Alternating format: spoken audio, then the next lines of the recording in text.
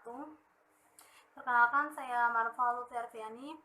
Saya akan menjelaskan proses dari pembuahan ganda.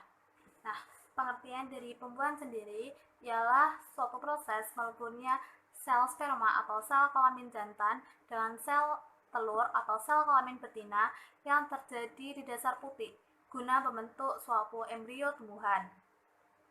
Dalam tumbuhan berbiji atau spermatopita itu terjadi dua macam pembuahan. Yang pertama ialah pembuahan tunggal, yaitu hanya satu telur saja yang dibuahi dan tumbuh berkembang menjadi embrio. Sedangkan yang kedua ialah pembuahan ganda yang terjadi pada tumbuhan Angiospermae. Seperti namanya, pembuahan ganda itu terjadi dua kali. Yang pertama menghasilkan embrio, sedangkan yang kedua itu menghasilkan cadangan makanan atau yang biasa kita sebut dengan daging buah atau yang disebut juga dengan endosperma. Nah, dapat diambil contoh seperti buah mangga. Buah mangga ini bijinya merupakan hasil dari pembuahan pertama, sedangkan daging buahnya itu merupakan hasil dari pembuahan yang kedua. Nah, telah saya sajikan gambar.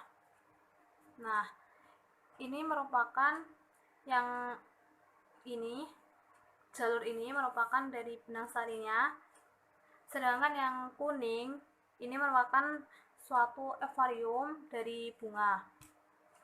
Nah, sel benang sari itu membagi diri menjadi 3 bagian. Yang pertama itu ada yang namanya inti vegetatif, terus ada yang namanya inti generatif 1, terus ada inti generatif 2. Nah, kalau yang pembuahan pertama tadi kan menghasilkan embrio. Embrio itu merupakan peleburan dari sel telur. Nah, jadi di ovarium ini terdapat 8 sel. Ada sel telur, ada sinergit. Nah, sinergit itu adalah sel yang mengapit sel telur. Jumlahnya ada 2. Terus yang bagian tengah ini ada yang namanya inti kandung lembaga sekunder. Terus yang bagian dalam sendiri ini adalah antipoda. Nah, kita kembali lagi ke pokok bahasan tadi.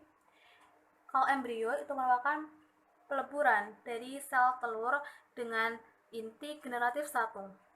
Inti generatif 1 yang bersifat haploid atau N melebur dengan sel telur yang bersifat haploid membentuk embrio atau diploid atau 2N.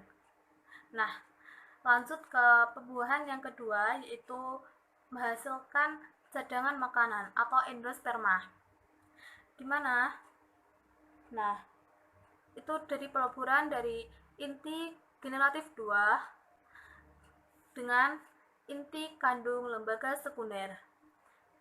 Nah, inti generatif 2 yang bersifat haploid itu melebur dengan inti kandung lembaga sekunder yang bersifat diploid. Karena ada 2 ya, jadi namanya diploid. Dan menghasilkan endosperma atau cadangan buah yang bersifat triploid.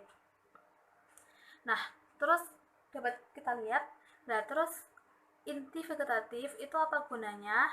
Nah, inti vegetatif itu berfungsi untuk menunjukkan jalan sebagai penunjuk jalan bagi inti generatif 1 dan inti generatif 2.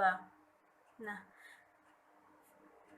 sedangkan kalau mikrofil itu adalah jalan masuknya dari sel-sel ini ya. Itu sekian dari saya. Semoga dapat bermanfaat. Kurang lebihnya mohon maaf. Wassalamualaikum warahmatullahi wabarakatuh.